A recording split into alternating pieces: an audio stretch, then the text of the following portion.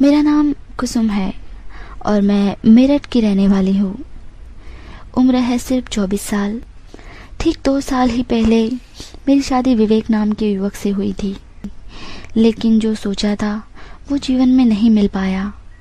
पति के रूप में जबरदस्त मर्द जो रोज रात को मुझे ही ठंडी करे, लेकिन विवेक का ना तो बड़ा था और ना ही मुझे किनारे लगाने लायक था।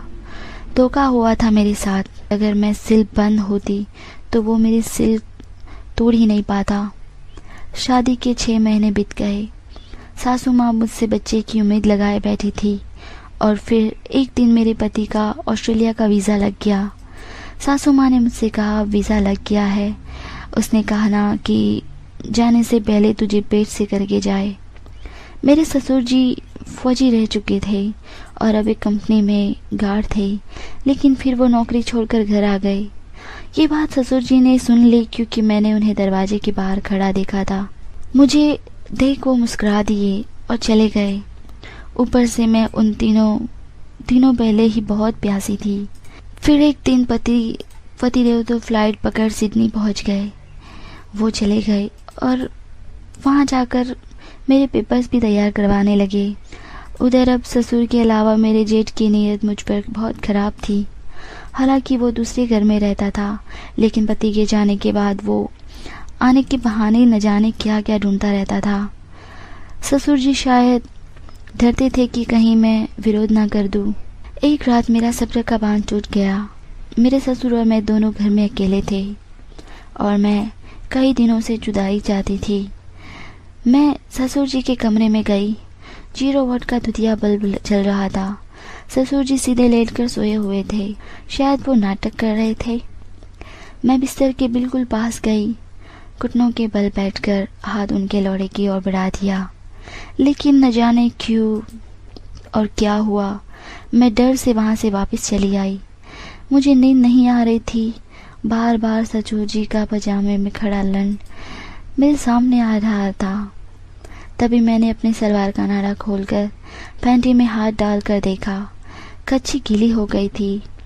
मुझे सीधे लेटकर नींद नहीं आती। एक तकिए में बाहों में लेकर उल्टी लेटे सोने की कोशिश करने लगी। अभी आंख लगी ही थी कि किसी का हाथ मेरी गांड की गोलाइयों पर फिरने लगा था। मैं समझ गई थी कि लेकिन कुछ नहीं बोल सकी। मेरी सलवार का नाड़ा खींच गया। गांड नंगी करके कच्ची के ऊपर से सहलाने लगी। मेरा सब्र टूट रहा था। पापा ने गांड को चूमना चालू कर दिया। मैं नाटक कर मदहोश हुई पड़ी थी। वो मेरी बगल में लेट गए और पूरी सलवार के नीचे तक सरकाने की कोशिश की। फिर बोले, अब मान भी जाओ बहू, खुद तो मेरे कमरे में इतनी करीब आई और वापस चली गई। अब जब हम चल कर खुद आए हैं तो सोने का नाटक क्यों? मैं पलटी। कॉलर से पकड़कर ससुर जी को अपने ऊपर गिरा दिया। आप भी तो सोने का नाटक कर रहे थे, अब तो मुझे कह रहे हो। वो मेरे गुलाबी होठों को चूसने लगे।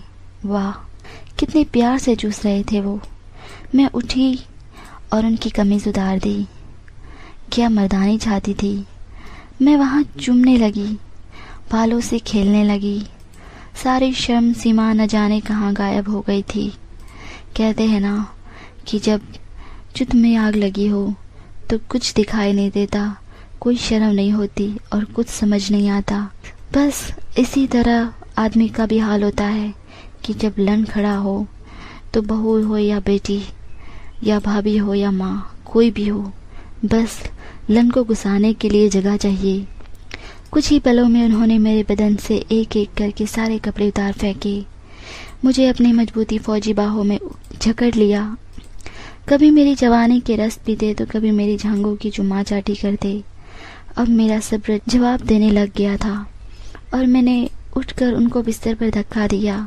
उन पर गिरते हुए उनके अंडरवियर को उतार फेंका और उनका फौलादी लौड़ा बाहर निकाल दिया। और कुछ देर पहले जिसको पजामा फाड़ने कर उतरे हुए को देखा था, सोचा था ये इससे भी ज्यादा मोटा लंबा था। मैंने झट से चूसना शुरू किया।